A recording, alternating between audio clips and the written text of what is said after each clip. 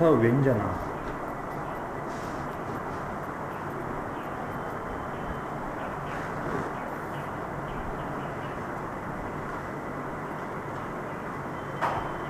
व्यंजनायाः लक्षणं प्रकारांश्च दर्शयति।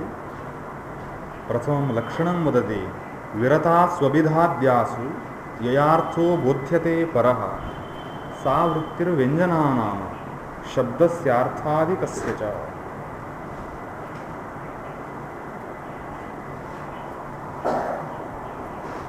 अभिधाद्यासु विरतासु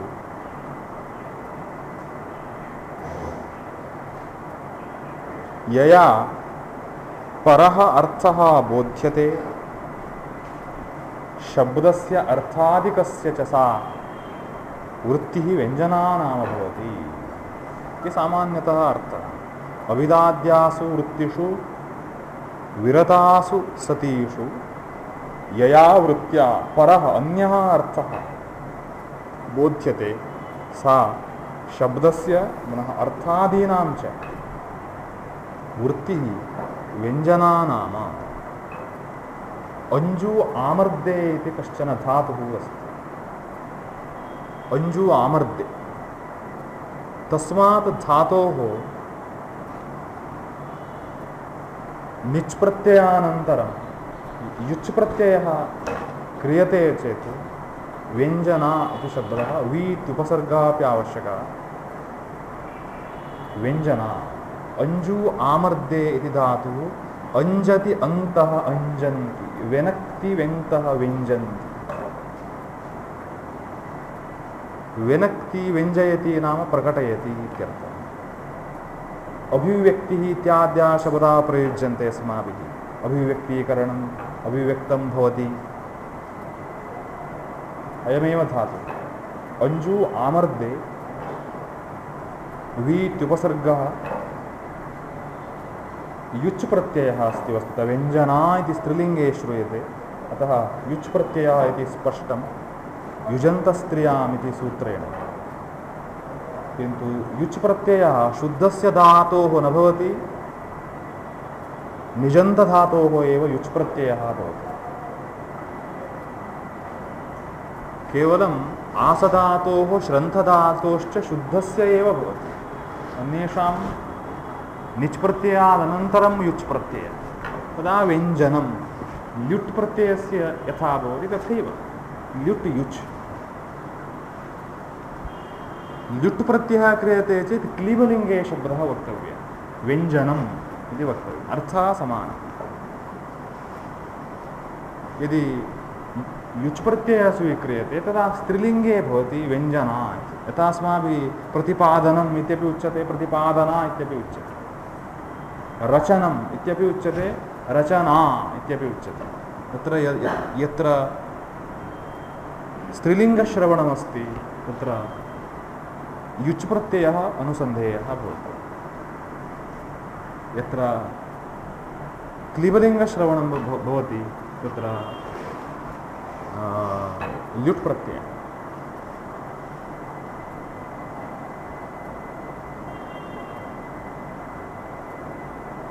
व्यञ्जना अयं शब्दनिष्ठः तृतीयः व्यापारः भवति। प्रथमः व्यापारः भवति अभिधाव्यापारः, द्वितीयः व्यापारः भवति लक्षणाव्यापारः, अयं तृतीयः व्यापारः। व्यञ्जनावृत्तिं केवलम् आलङ्कारिकाः पूर्वम् अङ्गीकृतवन्तः। परं षोडशशतके स्थितः नागकेशभट्टः स्वीकृतवान्। तावत्पर्यन्तं कोऽपि न स्वीकृतवान्। अन्यशास्त्रे अस्य स्वीकारः नासीत्। तदुत्तरकाले आगतः मधुसूदनसरस्वती अपि स्वीकारं न कृतवान्। खण्डनं कुर्वन् कुर्वन् खण्डनं न शक्यते इति तु उक्तवान्। कस्मिन् ग्रन्थे उक्तवान्?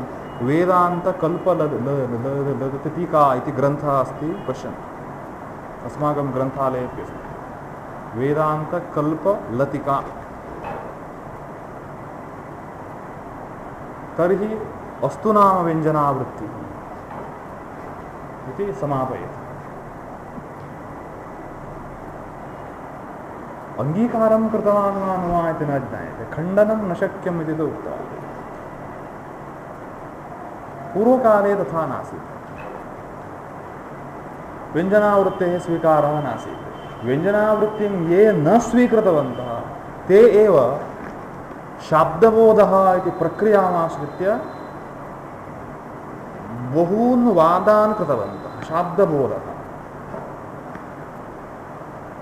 अर्थात् वाक्ये प्रयुक्ते सति कीदृशः अर्थः लभ्यते इति जिज्ञासायां शाब्दबोधः इति प्रकरणं भवति शास्त्रग्रन्थेषु। शाब्दबोधः, शाब्दः नाम अर्थः, शब्दादागतः शाब्दः, शाब्दस्य बोधः।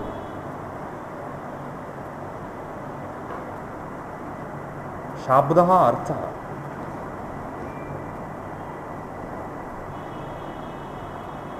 तत्र किं कृतवन्तः नैयायिकाः? क्रियापदमुख्य विशेषकशाब्दबोधं स्वीकृतवन्तः।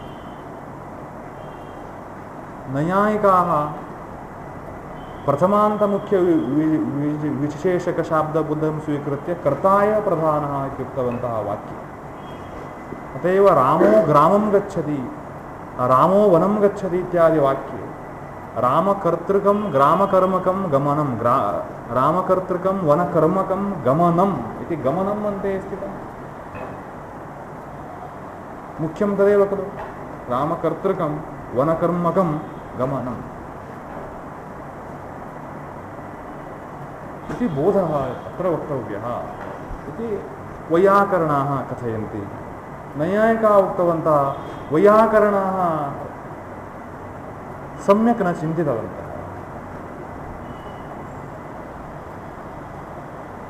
तो हि शाब्दबोधः तथा न भवति।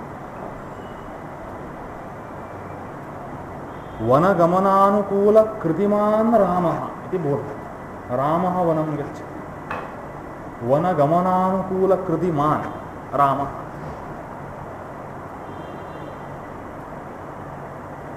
एतद् भवद्भिः परिशीलनीयम्।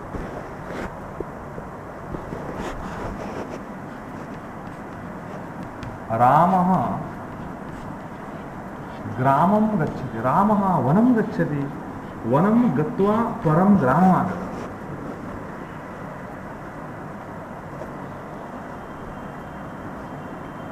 ग्रामात्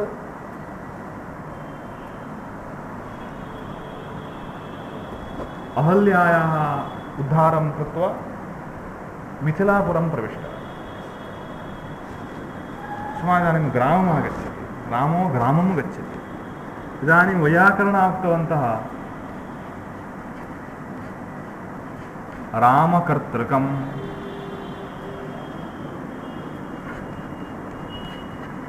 ग्रामकर्मकं गमनम्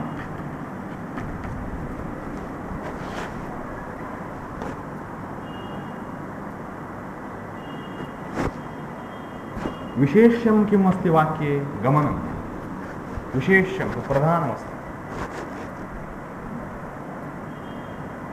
अर्थात् अस्मिन् गमने कर्ता रामः, रामकर्त्रात्मकं ग्रामकर्मात्मकं गमनं। पश्यन्तु, गमनं प्रधानं। रामो ग्रामं गच्छति इत्यत्र गमनं प्रधानतया लक्ष्यते वा? गमनं। वैयाकरणः तथा कथयति। वैयाकरणां गोष्ठीं गत्वा मा कथयति। बहु सम्यक् अस्ति इति वक्तव्यम्।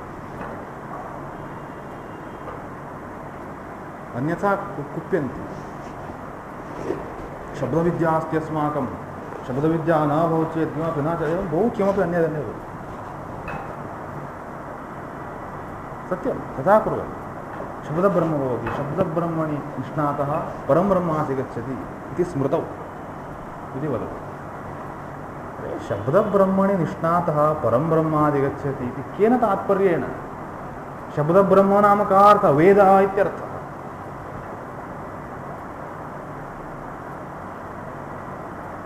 कर्मकाण्डभागे यः अत्यन्तं परिपक्वः, शास्त्रोक्तकर्माचरणेन यः अत्यन्तं परिपक्वः, सः परब्रह्मादिगमने अर्हः। आरुक्षोर्मुनेर्योगं कर्मकारणमुच्यते, योगारूढस्य तस्यैव शमः कारणमुच्यते। ये शब्दब्रह्मणि निष्णातः परं ब्रह्माधिगच्छति इति महाभारते शान्तिपर्वणि उक्तम्। वैयाकरणा उक्तवन्तः अस्माभिः प्रतिपादितं शब्दब्रह्म भवद्भिरेव उच्यते, शब्दब्रह्म प्रतिपादयितुं न शक्यम्। इदानीं शब्दरूपेण यः अस्माभिः स्वीक्रियते वर्णसमूहः, वर्णात्मकः, अयं न शब्दः। व्याकरणशास्त्रम् अस्माभिः मुखेन उच्चार्यमाणानां विशेषाणां प्रतिपादनार्थं प्रवृत्तम्। शब्दब्रह्म चैतन्यरूपेण अस्ति, तस्य प्रतिपादनं न क्रियते। अष्टाध्याय्यां नास्ति, महाभाष्ये नास्ति, कुत्रापि ग्रन्थे नास्ति, तत् प्रतिपाद्यमेव न भवति। अनिर्वाच्यत्वात् ब्रह्मणः। तस्मात् अस्माकं शास्त्रं प्रथमं शब्दब्रह्मणि निष्णातः परं ब्रह्माधिगच्छति। किमपि कुत्रचित् किमपि अस्ति, कुत्रचित् अडाप्ट् करोति। तस्मात् कलहः एव मास्तु, भवद्भिः उक्तं सम्यक् अस्ति इति वदामि। एवं तु ते उक्तवन्तः। एतदपि किं तेषां दृष्ट्या सम्यग् वा न वा, यास्काचार्यैरुक्तं, तस्मादस्माभिरुच्यते। यास्काः का? वैयाकरणः न, वैयाकरणः नैरुक्तः भवति। निरुक्तशास्त्रं भिन्नं, व्याकरणशास्त्रं भिन्नं। भावप्रधानमाख्यातम् इति यास्कमहर्षिभिः उक्तम्। एतैः स्वीकृत्य एवं व्याख्यायते, भवतु तद्भिन्नं।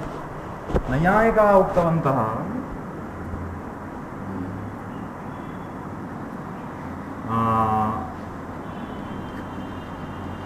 ग्रामकर्मक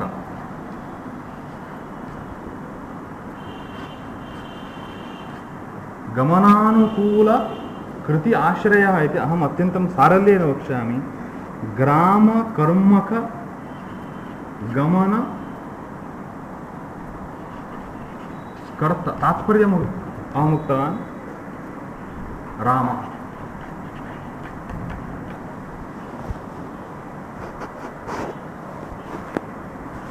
अयं भावः नैयायिकानां।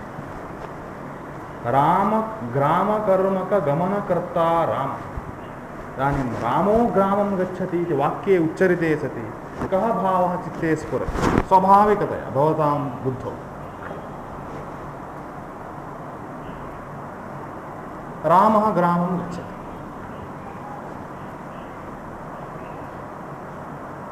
गमनं प्रतीयते वा, गमनवान् प्रतीयते वा?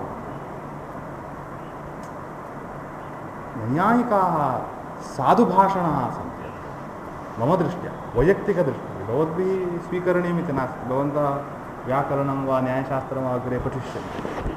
अहं तु साहित्यशास्त्रछात्रः।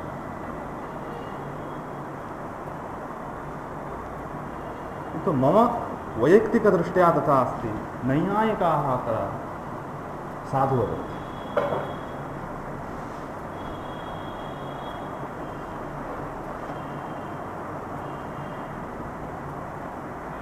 नैयायिकाः मध्ये मध्ये सम्यक् वदन्ति, कुत्रचित् सम्यक् वदन्ति, कुत्रचित् मरुभूमौ यथा जलवीक्षणं भवति, ओयासिस् किमपि उच्यते तथा भवति।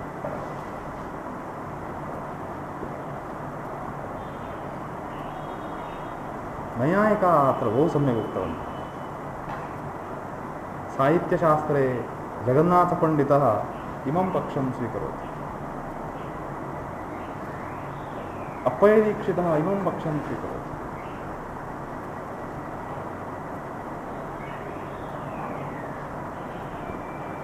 शाब्दबोधः इदानीं ध्वन्यालोककारानुयायिनः, ध्वनिसिद्धान्तानुयायिनः अत्र प्रश्नं कुर्वन्ति। नैयायिकाः वैयाकरणाः मीमांसकादय ये सन्ति तैः उत्तरं देयमस्ति, सभात्यागः न, उत्तरं देयम्।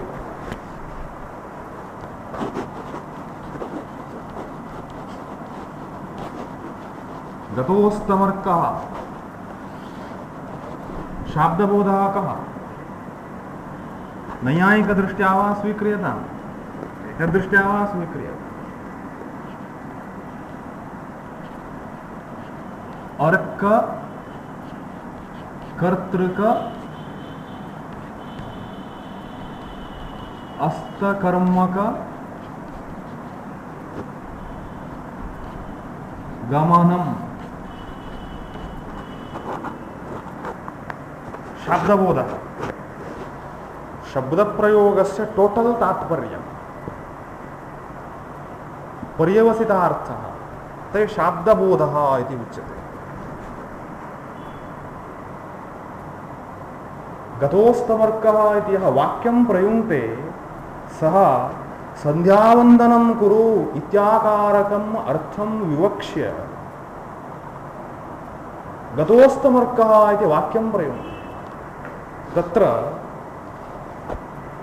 शाब्दबोधः अर्ककर्तृक अस्तकर्मक गमनम् इत्येव तावानेव अर्थः वाक्ये इति अनुभवविरुद्धम्।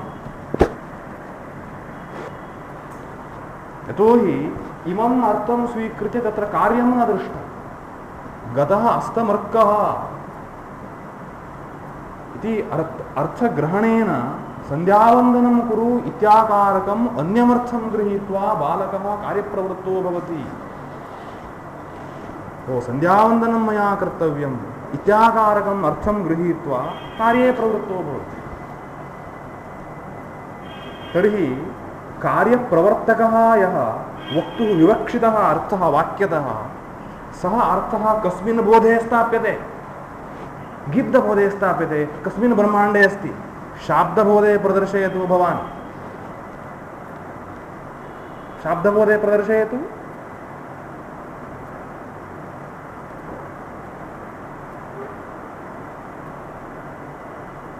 वेदान्तिनः केचन वैयाकरणाः मीमांसकाः नैयायिकाः सर्वे केचन उक्तवन्तः व्यञ्जनः व्यङ्ग्यार्थः इति भवति साहित्ये। भवतां शास्त्रं वाङ्मयं न वा? भषणमस्ति वा? भवतां शुनकानां भवति भषणं, भाषणं मानवानां भवति। यत्र यत्र भाषा अस्ति तत्र तत्र अस्ति व्यञ्जनावृत्तिः। कुत्र व्यञ्जना नास्ति? वेदे, शास्त्रे, पुराणे, स्मृतौ, व्यवहारे, काव्ये सर्वत्र व्यञ्जनावृत्तिरस्ति, सर्वत्र व्यङ्ग्यार्थः अस्ति। गतोस्तमर्कः इति वाक्यप्रयोगे यः विवक्षितः अर्थः संध्यावन्दनं त्वया कर्तव्यमिदानीम् इत्याकारकः अर्थः सः कस्मिन् बोधे स्थाप्यते? कस्मिन् बोधे? पाकिस्तान् मध्ये स्थापयति वा? अरे प्रश्नः सम्भवति खलु?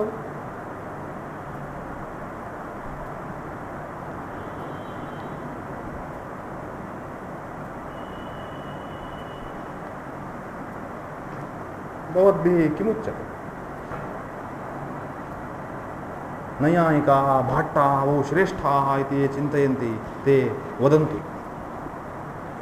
वाक्यशास्त्रज्ञाः भाट्टाः उच्यन्ते, वाक्यज्ञः भवति। किं वाक्यं ब्रवीषि? अत्र वाक्यार्थः कः?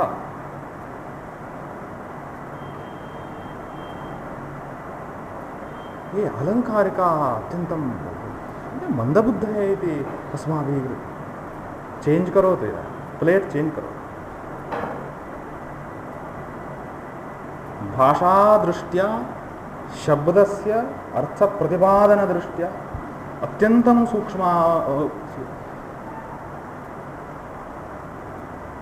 सूक्ष्मावलोकिनः भवन्ति संस्कृत विद्वज्जगति अलङ्कारिकाः, न अन्ये।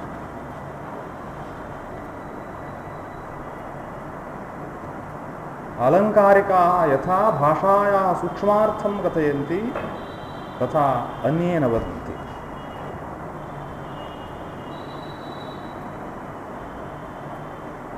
परन्तु भवतां शाब्दबोधे किमुच्यते इदानीं?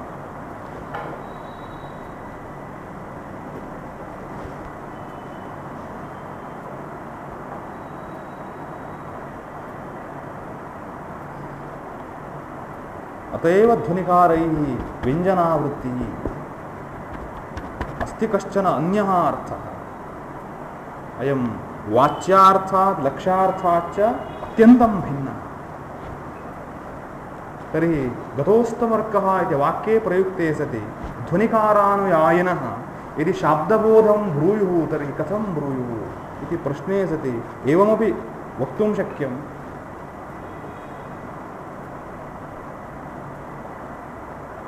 तत् चिन्तनीयम्।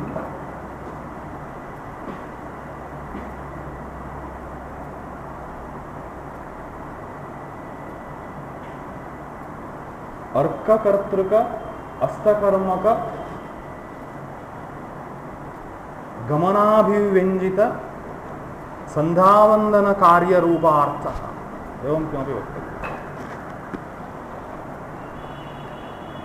तदभिव्यञ्जितः भवति। एतावता विरामः न भवति। वैयाकरणादीनां पक्षे एतावता एव अर्थविरामः भवति। एतावता अर्थेन तत्र कार्यं न दृष्टम् अस्माभिः। गतोस्तमर्कः इत्युक्तं सन्ध्यावन्दनं कर्तव्यम् इति अर्थः स्फूर्तः। तस्मिन् अर्थे स्फूर्ते सति परं सन्ध्यावन्दनकर्मणि प्रवृत्तः। तर्हि सः अर्थः कुत्र? पंडितानां बैग् मध्ये भवति वा? नैयायिकादयः प्राय तथा कृतवन्तः आसन्। सूट्केस् मध्ये स्थापितवन्तः। अरे अलङ्कारिकाणां शिरसि कूष्माण्डवल्ली नास्ति, ब्रेन् एव अस्ति। अलङ्कारिकाणां शिरसि कूष्माण्डवल्ली नास्ति। एवं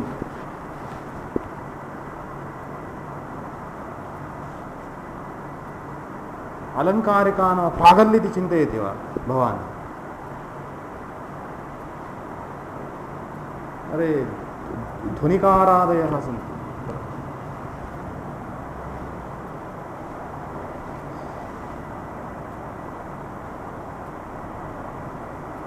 अतएव व्यञ्जना अत्यन्तं महत्त्वं भजते। व्यञ्जनया व्यङ्ग्यार्थेन च अस्ति कार्यं शास्त्रे व्यवहारे च।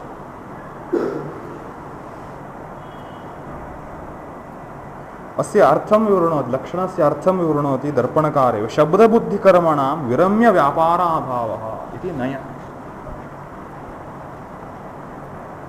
शब्दः बुद्धिः कर्म एतत् मया पूर्वं कदाचित् उक्तं।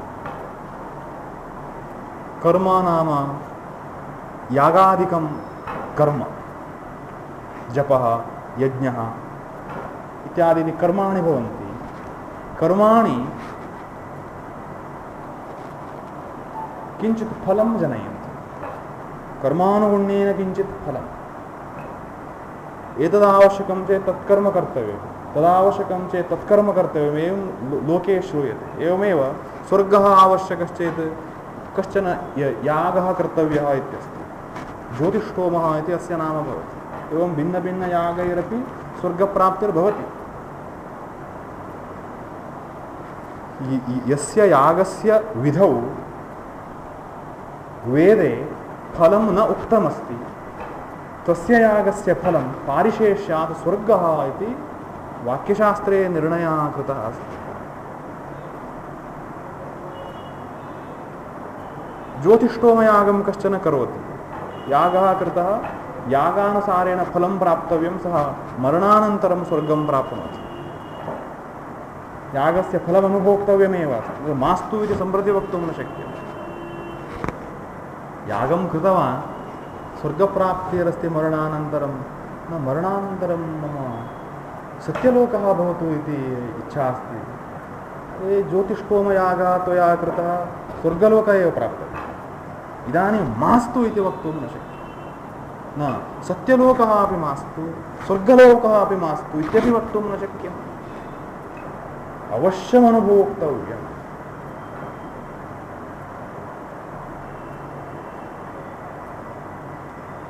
स्वर्गं गच्छति, स्वर्गे शतवर्षपर्यन्तं वा स तिष्ठति, ततः परं स्वर्गात् पुनः च्युतो भवति, भूलोकम् आगच्छति।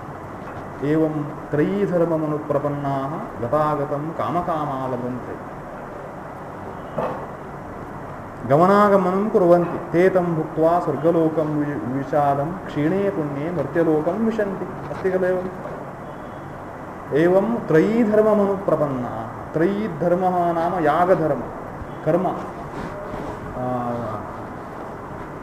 कर्माचरणमार्गः। ते गतागतं गमनागमनं कुर्वन्ति जगत्। स्वर्गलोकं गच्छति, पुनः भूलोकम् आगच्छति, पुनः कर्माचरणं, पुनः स्वर्गलोकं गच्छति। ज्योतिष्ठोमयागः कृतः, स्वर्गप्राप्तिः जाता, फलानुभवस्य कालः अपि समाप्तः, पुनः मर्त्यलोकमिदानीं प्रविशति सः। तदा सः इच्छेत् मया पूर्वजन्मनि कृतः ज्योतिष्ठोमयागः पुनः स्वर्गफलं जनयतु। तो हि सः स्वर्गे लब्धः यः देहः अस्ति तं त्यक्तुं न इच्छति। यथा इदानीं वयं स्मः, अस्माकं देहमेव वयं रक्षामः।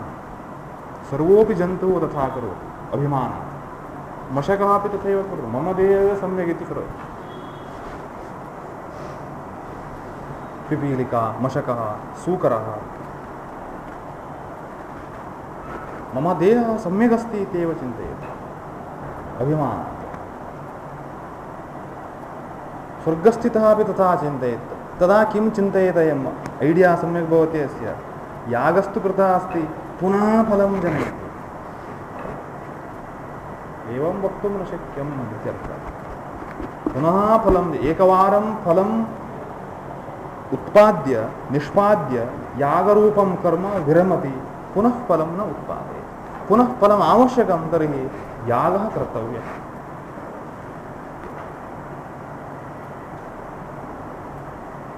एवं बुद्धिः, शब्दः सर्वोऽपि तथैव। अभिधा एकवारमर्थं प्रतिपादयति, अभिधा एव पुनः अन्यमर्थं न प्रतिपादयति, अथवा वाच्यार्थमेव पुनः न प्रतिपादयति। पुनः प्रतिपादनीयः चेत् यदि चेत् अयं वाच्यार्थः, पुनः शब्दोच्चारः कर्तव्यः। अन्यथा घटः इत्युक्त्वा पञ्चवारम् अर्थं प्रतिपादयतु इति आर्डर् कर्तुं न शक्यते। किमर्थं पञ्चवारम्? एकवारं पर्याप्तं भवति। कदाचित् वयं परीक्षागमनकाले लेखनी द्वयमस्तु इति स्वीकरोति। कदाचित् काले लेखनी कार्यं न करोति चेत् अपरया कार्यं शक्यते इति हेतोः अस्माभिः लेखनीद्वयं स्वीक्रियते। एवं चिन्तयित्वा कोऽपि कस्यचित् अर्थस्फूर्तिः न स्यात्। घटा भवान् पञ्चवारम् अर्थान् प्रतिपादयतु, अर्थं प्रतिपादयतु इति वक्तुं न शक्यम्। अभिधा एकवारम् अर्थं प्रतिपाद्य विरता, अपरः अर्थः आवश्यकश्चेत्, वाच्यार्थ एव आवश्यकश्चेत् पुनः शब्दोच्चारः कर्तव्यः। वाच्यार्थभिन्नः अर्थः आवश्यकश्चेत् अभिधा कार्यं न करोति, अपरा शक्तिः लक्षण अथवा व्यञ्जना कार्यं कुर्यात्।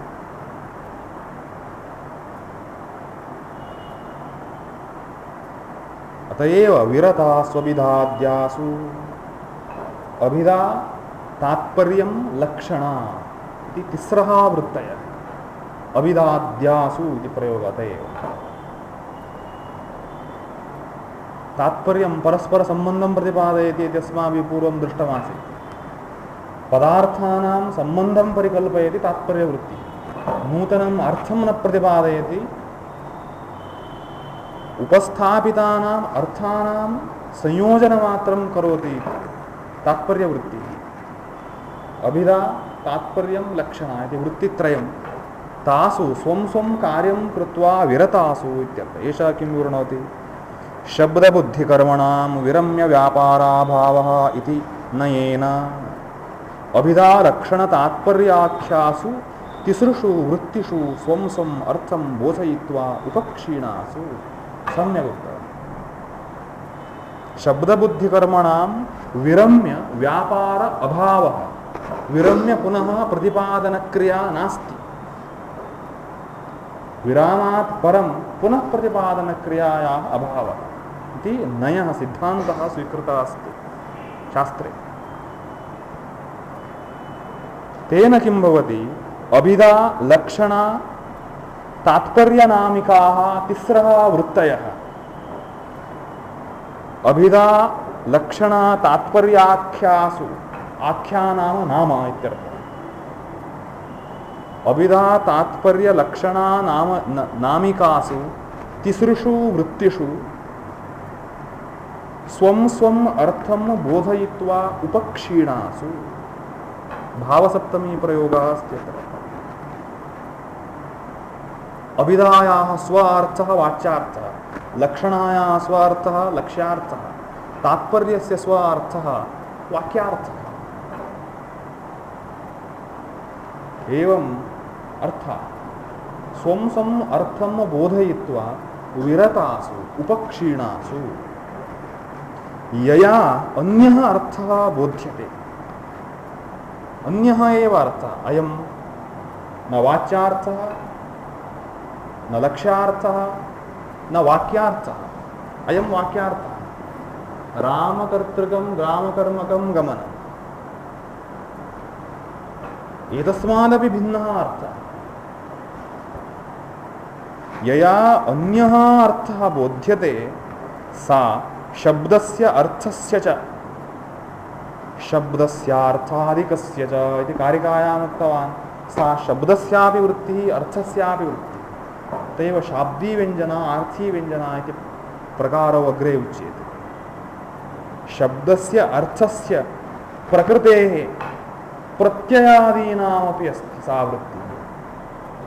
कुत्रचित् शब्दः व्यञ्जयति, कुत्रचित् अर्थः व्यञ्जयति, कुत्रचित् केवला प्रकृतिः व्यञ्जयति, कुत्रचित् प्रत्ययः व्यञ्जयति, कुत्रचित् वर्णः व्यञ्जयति। अतएव आदिशब्दप्रयोगः अर्थादिकस्य वृत्तिः। शब्दस्य अर्थस्य प्रकृतिप्रत्ययादेश्च शक्तिः। अभिधा केवल शब्दशक्ति, लक्षणा केवल शब्दशक्ति, व्यंजना शब्दशक्ति अर्थशक्ति प्रकृतिप्रत्ययादीनां च शक्ति। तत् प्रकृतिः कथं व्यञ्जयति, वर्णः कथं व्यञ्जयति, प्रत्ययः कथं व्यञ्जयति इति दृष्टान्तपूर्वकम् अग्रे प्रदर्शयिष्ये चतुर्थपरिच्छेदे। उदाहरणपूर्वकं सम्यक् प्रदर्शयति।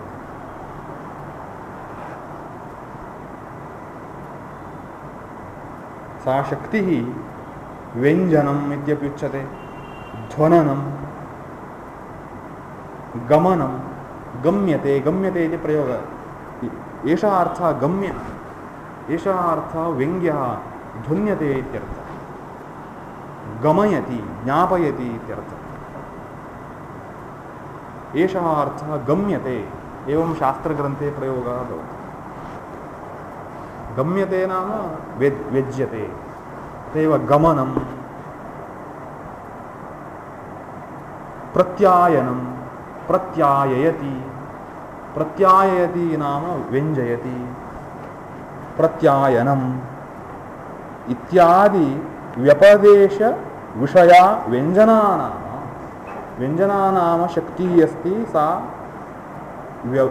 उपदेशः नाम व्यवहारः, कथनं।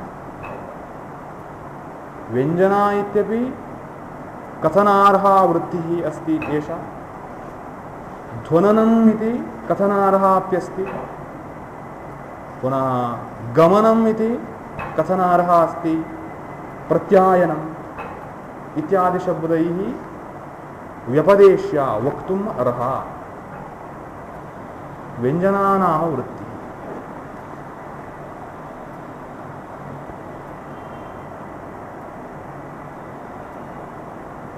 शब्दबुद्धिकर्मणां विरम्य व्यापाराभावः इति नयेन नयः नाम सिद्धान्तः इत्यर्थः नयेन अभिधालक्षणतात्पर्याख्यासु तिसृषु वृत्तिषु स्वं स्वमर्थं बोधयित्वा उपक्षीणासु यया अन्यः अर्थः बोध्यते सा शब्दस्य अर्थस्य प्रकृतिप्रत्ययादेश्च शक्तिः व्यञ्जनध्वननगमनप्रत्यायनादिव्यपदेशविषया व्यञ्जनानाम् इति व्यञ्जनावृत्तेः या कारिका विरचिता तस्याः अर्थम् एवं दर्शितः कारिकायाः अयमर्थः अभिधाद्यासु विरतासु अभिधा तात्पर्यं लक्षण इति तिस्रः वृत्तयः स्वं स्वं कार्यं कृत्वा यदा विरमन्ति तदा यया वृत्त्या अन्यः परः नाम अन्यः अर्थः बोध्यते प्रतिपाद्यते सा व्यञ्जना नाम शक्तिः वृत्तिः भवति सा कुत्र कुत्र अस्ति शब्देप्यस्ति अर्थेप्यस्ति प्रकृतौ प्रत्यये वर्णे इत्यादिषु अस्ति केवल शब्दवृत्तिः न भवति इति प्रदर्शयितुं तथा विलक्षणा वृत्तिः व्यञ्जना नागेशभट्टः अपि अङ्गीकरोति व्यञ्जनावृत्तिम् अङ्गीकरोति वैयाकरणः नागेशभट्टः सः स्वग्रन्थे व्यञ्जनालक्षणमपि उक्तवान्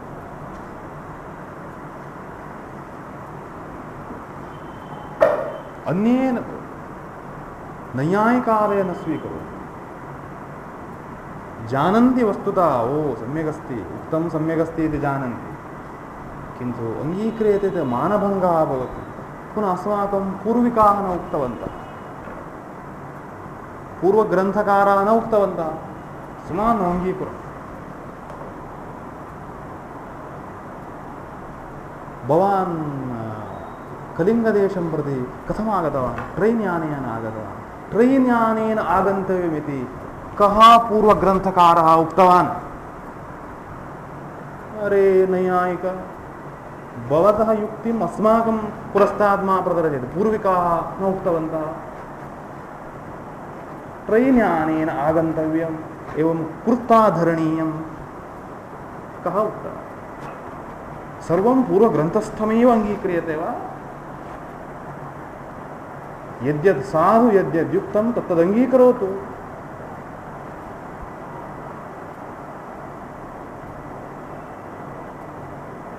नवीनन्यायः कृतः तत्र अवच्छेदकावच्छिन्नादिप्रयोगः कृतः प्राग्ग्रन्थैः प्राग्ग्रन्थकारैः कृतमस्ति वा तथा स्वयं कृतं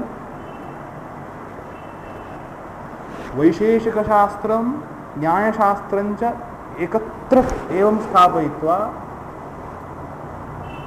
नवीनन्यायः इति भवद्भिः कृतः कः उक्तवान् करोतु इति वैशेषिकाः तूष्णीं स्थिताः अफगानिस्तान् मध्ये तथा किमपि कर्तुं न शक्नुवन्ति गवर्नमेंट जनाः तथा अस्ति अमेरिकन् जनाः एव चालयन्ति वैशेषिका तूष्णीं स्थिताः कणादः अपि स्वर्गस्थः किमपि कर्तुं न पारयति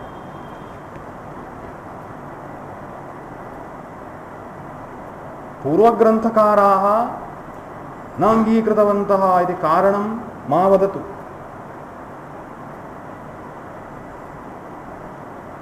एवं सर्वे शास्त्रज्ञाः तथा कथयन्ति व्यञ्जना वा साहित्ये इति भवतां मानवभाषणं नास्ति वा किं साहित्ये यत्र यत्र भाषणं भवति यत्र यत्र वाङ्मयमस्ति तत्र तत्र वर्तते व्यञ्जनम्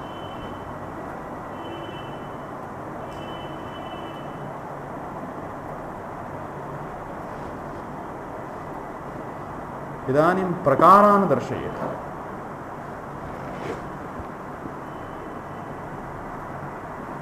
तत्र अभिधालक्षणामूला शब्दस्य व्यञ्जना द्विधा अभिधामूला व्यञ्जना लक्षणामूला व्यञ्जना इति प्रधानतया व्यञ्जनायाः द्वैविध्यं भवति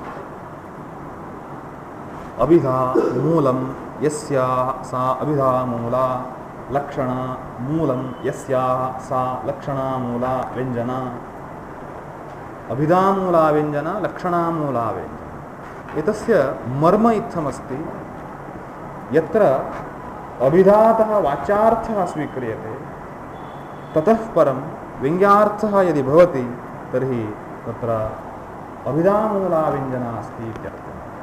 यत्र वाच्यार्थः भवति वाच्यार्थभङ्गात् परं लक्ष्यार्थः स्वीक्रियते ततः परं व्यङ्ग्यार्थः स्वीक्रियते च लक्षणामूला व्यञ्जना।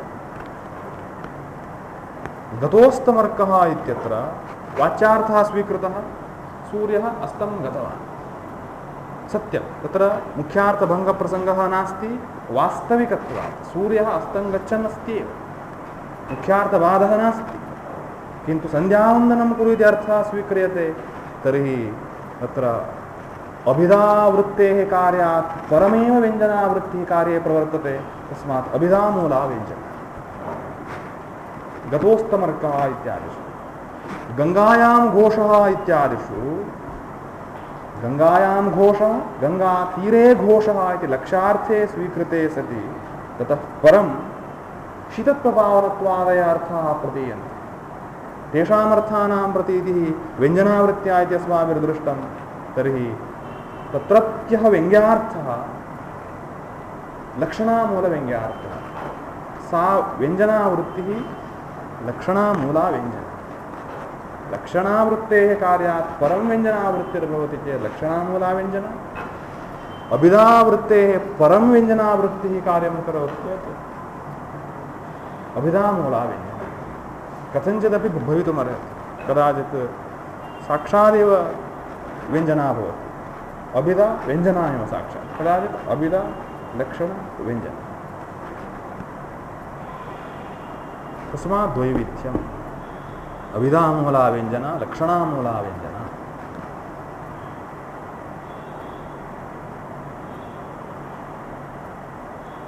अभिधामूलाम् आह प्रथमम् इदानीम् अभिधामूला व्यञ्जनां दर्शयति अनेकार्थस्य शब्दस्य संयोगाद्यैर्नियन्त्रिते एकत्रार्थे अन्यथी हेतुर्व्यञ्जना सा अभिधाश्रया। इदानीं वाक्यपदीयस्य विप्रा कारिकाः भवन्ति कारिकाद्वयं तदाश्रित्य विवृणोति।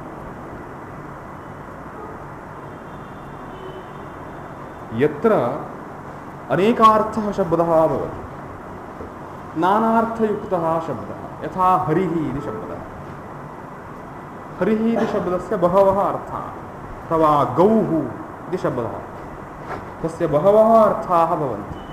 गौः इति शब्दस्य अर्थः धेनुः इत्यप्यर्थः वृषभः इत्यर्थः भूमिः इत्यर्थः वाक् इत्यर्थः किरणः इत्यर्थः वेदः इत्यर्थः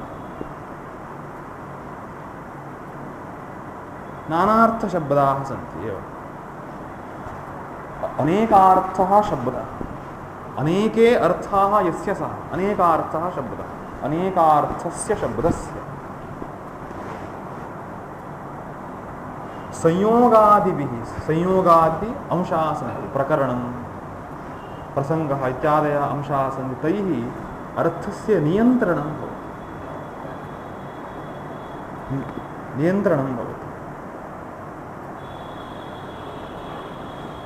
तद् अग्रे भवद्भिः तद् ज्ञायते। इदानीम् अस्य विवरणं वस्तुतः सम्यक् न भवति। एवं यदा कारिकां पश्यामः तदा अस्य विवरणं स्वयमेव भवति।